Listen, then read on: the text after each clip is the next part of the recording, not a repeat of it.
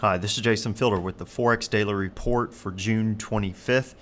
We had the new home sales for May released today as expected, so it really didn't impact the market all that much. The big news, though, today was the FOMC announcement, or shall I say little news. It came in at 2%. They held the rate. It was a 9-1 vote, leaving interest rates at 2%. The Dallas Fed President, Richard Fisher, voted to raise it by 0.25%, but that, of course, didn't happen. Uncertainty on inflation, and they're going to keep an eye on the upside risk of inflation. Yesterday I said that, if they said that they were going to just kind of keep an eye on inflation and keep an eye on the economy as a whole, that this would really have no impact to the market other than bringing down the dollar, which it did.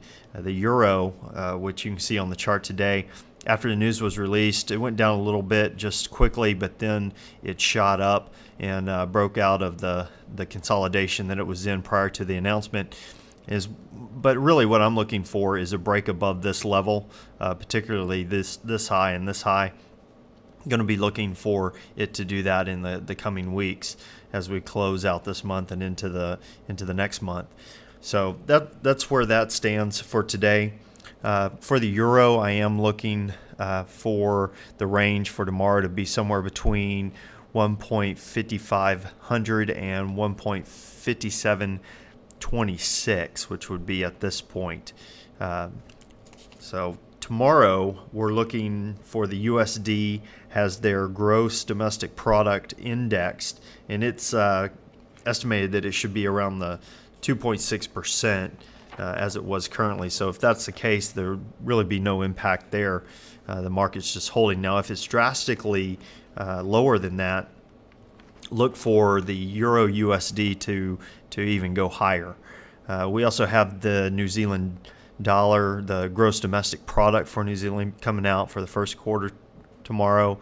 It looks like it's down on the first quarter and for the year. So it could be trouble on the horizons for the New Zealand dollar there. We have the Japanese yen also. They're coming out with their consumer price index, their CPI. Looks like they're currently is at 0.8%, and this estimates that it could be coming in as high as 1.3%, which would be a little bit of a raise, possibly some inflation pressure there. Their retail their retail trade is also coming out for May tomorrow, and it looks like it's lower, going negative for the year when it was up from the previous month.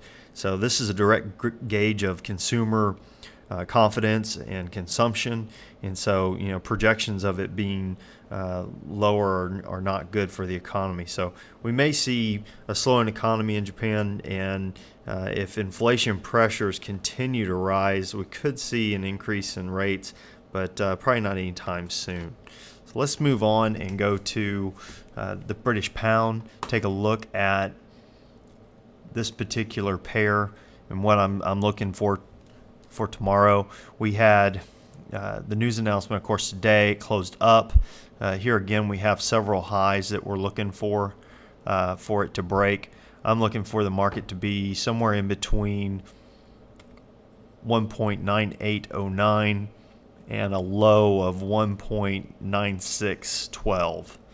So that's where the market's pretty much going sideways within a range at this point overall. So let's take a look at the US Swiss.